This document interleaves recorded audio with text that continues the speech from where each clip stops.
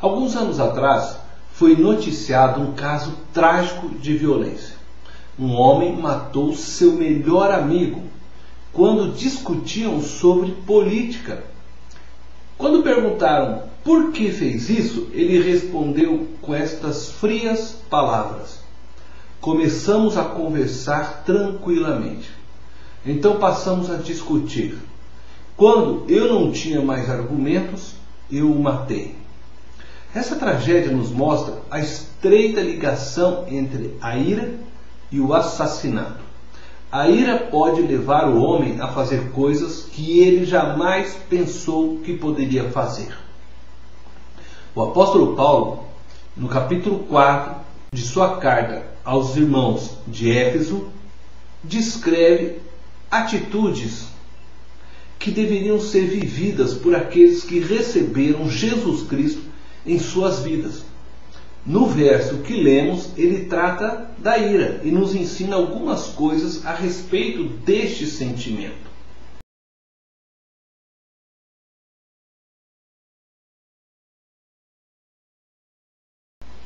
No verso 26, nós lemos: irai-vos. Acho muito interessante Paulo dizer para os irmãos: irai-vos. Na verdade, ele não estava incentivando ninguém a se irar. De forma alguma, esta era a intenção de Paulo.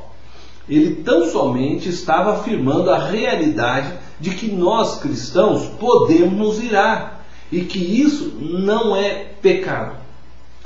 Qual sentimento surge em seu coração quando alguém te trai? O que você sente quando percebe que alguém está te usando? Sejamos francos, sentimos ira, sentimos raiva nestes momentos. E isso simplesmente porque somos humanos. Deus também se ira. Em Isaías, no capítulo 5, verso 25, encontramos uma citação que fala da ira de Deus. Poderíamos citar outros textos, mas este nos basta para sabermos que Deus se ira. Nos versos anteriores encontramos algumas coisas que provocam a ira de Deus. A palavra de Deus nos ensina que fomos feitos à imagem de Deus, de forma que possuímos características semelhantes a Deus, não iguais, porém semelhantes. E esta é uma delas. Mas Paulo quer nos dizer algo mais a respeito da ira no texto de Éfeso.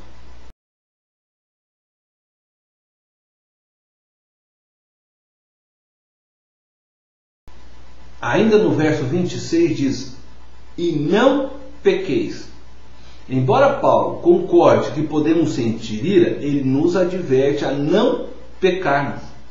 Paulo está querendo dizer a nós que, embora possamos ter raiva de sermos traídos, de sermos feitos de bobo muitas vezes, não podemos nos vingar, não podemos agir baseados em nossa ira. Não é sábio agir na ira, pois falamos coisas que não deveríamos, ou até mesmo fazemos coisas que não gostaríamos de fazer. Somente o tolo age na ira, na raiva. Nossa ira age em nós diferentemente da ira de Deus. Deus se ira, é verdade. Entretanto, Deus se ira contra tudo que é mal, sem perder seu amor e sua justiça. Nós nos iramos e, se não nos aquietarmos, permitimos que o mal tome conta de nosso ser. Ao nos vingarmos, não somos justos em nossas ações, pois não temos faculdade para julgar uma vida. Pois todas as ações dos homens são mais complexas do que aquilo que enxergamos. Quando somos dominados pela ira, agimos de forma parcial, pois somos seres fragmentados. Portanto, Paulo nos adverte para que não sejamos dominados por este sentimento.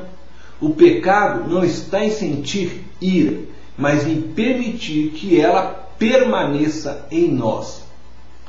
Jesus também nos ensina a mesma coisa, usando outras palavras, conforme podemos ler em Mateus, capítulo 5, verso 21 e 22. Esse ensinamento de Jesus nos faz compreender como alguém é capaz de matar outro tomado pela ira. Jesus está colocando a ira e o assassinato debaixo da mesma lei, da mesma sentença, pois ele quer nos mostrar que a ira nos leva ao assassinato e que este se inicia pela ira. Portanto, irai-vos, mas não pequeis.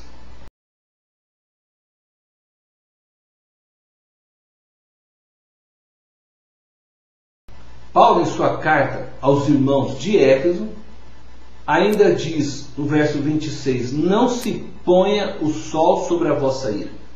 Nessas palavras finais sobre ira, Paulo chama os irmãos para reconciliação.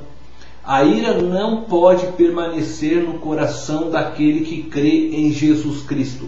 A ira não pode ficar sendo alimentada em nossos corações. Precisamos cortar este mal. A ira nos leva ao ódio e este abre portas para o diabo em nossas vidas. Jesus, após ter falado sobre a relação entre ira e o assassinato, ele diz o seguinte: se, pois, ao trazeres ao altar a tua oferta, ali te lembrares de que teu irmão tem alguma coisa contra ti, deixa perante o altar a tua oferta, vai primeiro reconciliar-te com teu irmão e então, voltando, faze a tua oferta. Conforme podemos verificar em Mateus capítulo 5, verso 23 e 24. Jesus nos ensina que devemos sempre buscar a reconciliação.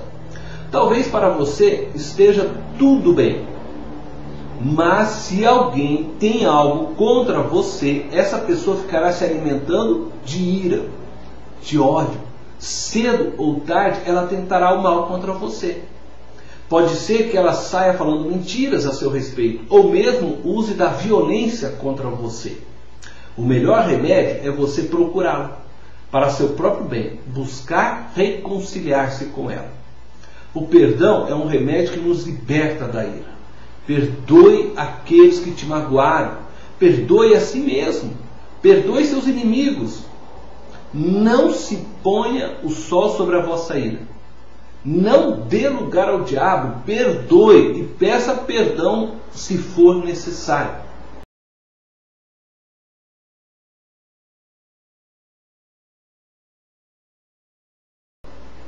Sejamos sinceros em reconhecer a ira quando ela se manifestar em nós.